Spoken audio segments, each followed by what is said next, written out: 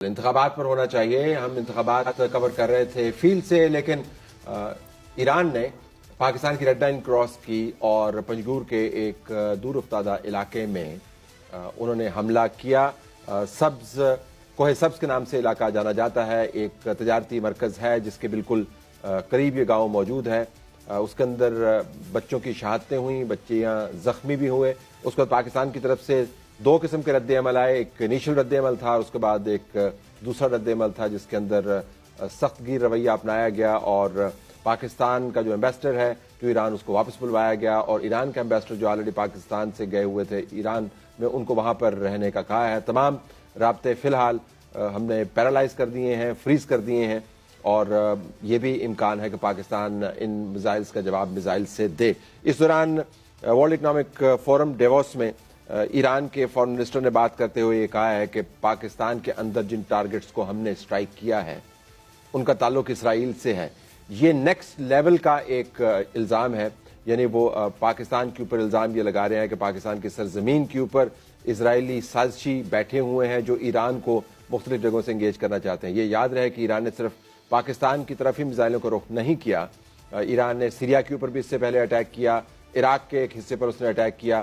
ایران بیس جو ہوتی ملیشیا ہے یمن میں، انہوں نے ایران کی سپورٹ کے ساتھ ریڈ سی میں جو ٹریڈنگ شپس ہیں، یونان کی ایک شپ جاری تھی اسرائیل کی طرف، اس کو نشانہ بنایا. اور امریکہ میں اب بات چل رہی ہے کہ جو یہ تمام کام کر رہا ہے یعنی سورس ایران، اس کو ہم ٹیکل کیوں نہ کریں. بہت ہی سنجیدہ ڈیولپمنٹ ہے. پاکستان حملوں کی زد میں ہے. ہندوستان اپنی جگہ پر موجود ہے. افغانستان کے ساتھ تعلقات آپ کے سامنے ہیں. ایران کی طرف سے حملے ہو رہے ہیں.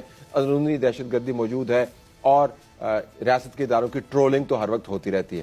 کامران بخاری صاحب ماہر ہیں بین الاقوامی امور کے، ہمارے ساتھ موجود ہیں اسکائپ پہ یو ایس سے. ان کا بہت شکریہ. کامران یوسف صحافی تجزیہ کار ایکسپریس نیوز سے، ان کا بھی شکریہ. احسان اللہ ٹیپو صاحب محسود جو تجزیہ کار ہیں اور ڈائریکٹر نیوز ہیں خراسان ڈائری کے، ان کا بھی شکریہ.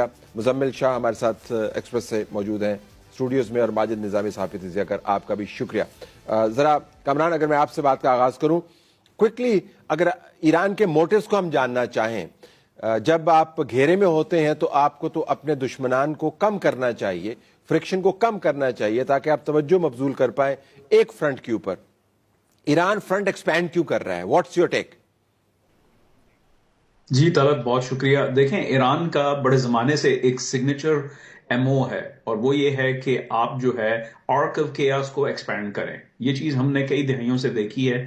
اب یہ ہے کہ پہلی دفعہ انہوں نے ایک بین الاقوامی جو ان کا ایک ٹسل چل رہی ہے امریکہ کے ساتھ، اور جس کا